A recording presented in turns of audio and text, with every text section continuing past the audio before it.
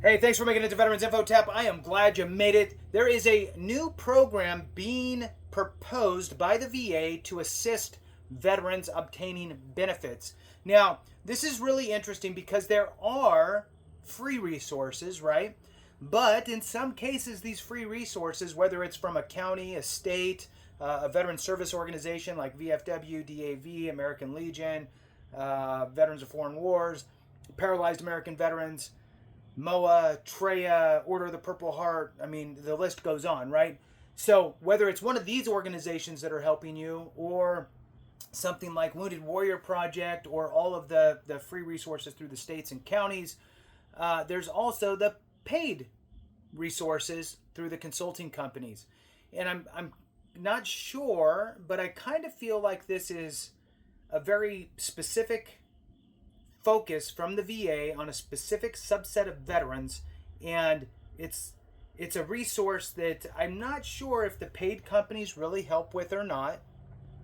I would think that they would kind of venture away from it. They don't market for it, and then the free resources, maybe they're not super versed, all of them, and so these veterans are kind of left in some questioning waters. So let's dive into it. I'm going to read the headline here. Hit the thumbs up, subscribe, share with a friend, all that good stuff. I really appreciate it. If you want to support the channel in other ways, consider being a member. You can do that by going to the homepage, and you'll see highlighted members there and a join button. Thank you so much to all you members. All right, so here's the headline. VA proposes grant program offering vets legal services to help obtain benefits.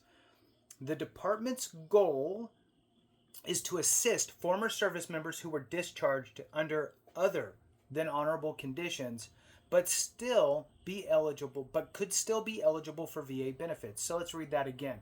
Their goal is to assist former service members who were discharged under other than honorable conditions, but could still be eligible for VA benefits. I'm not quite sure how deep they're going to dive into this stuff, but just for argument's sake, let's say that there is a veteran who did 2 4-year enlistments, right? Enlisted for 4, re-enlisted for another 4. The first enlistment was honorable. Okay, then re-enlisted, and then something happened.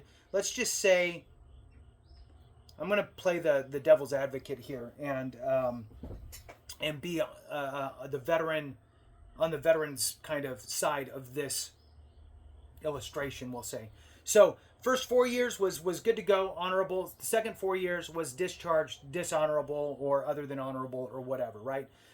Now, on its face, that veteran should be able to qualify for benefits that were incurred during that first enlistment because it was honorable, right? So if you documented I had migraine headaches, or I had painful swollen joints, or I twisted my ankle and really jacked it up and now I walk funny, whatever it is, right? All of that stuff under that first enlistment that was honorable should be good to go. Now, on the other side, that next block was dishonorable or other than honorable or whatever it is. Well, that's a different story.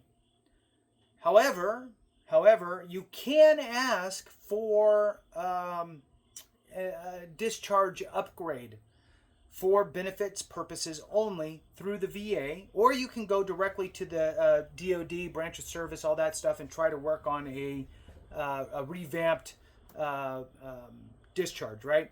Now, what would be a reason for that, right?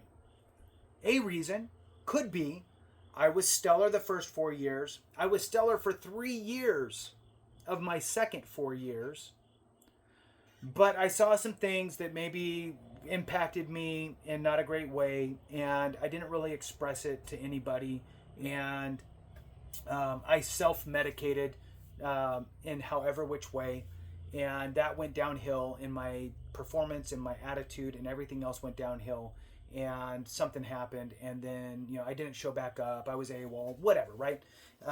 It all kind of treks back to maybe some sort of PTSD type of a thing that didn't get acknowledged soon enough, right?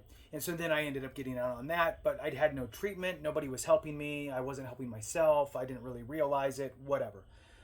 That could be a story for, hey, let's get your discharge upgrade for VA purposes only, right? So with that, let's jump back into it here. So The Veterans Affairs Department in the Federal Register on Wednesday, which I believe was the 2nd of October, proposed establishing a pilot program to award grants to veterans-focused nonprofits, so veteran-focused nonprofits and local, state, and tribal governments in order to support legal assistance for former service members seeking VA benefits. Specifically, the department hopes the program will help veterans whose current military discharge status prevents them from receiving VA benefits. Former service members who were discharged under dishonorable conditions generally are not eligible for such benefits, but they may request actions like a discharge review board to possibly qualify. There's a quotation here. We encourage former service members with an other than honorable discharge to apply for VA care and benefits today. Although VA cannot change your discharge status, we want to provide you with any health care or benefits we can, and we will work with you every step of the way to do exactly that, said the VA Secretary Dennis McDonough in a statement.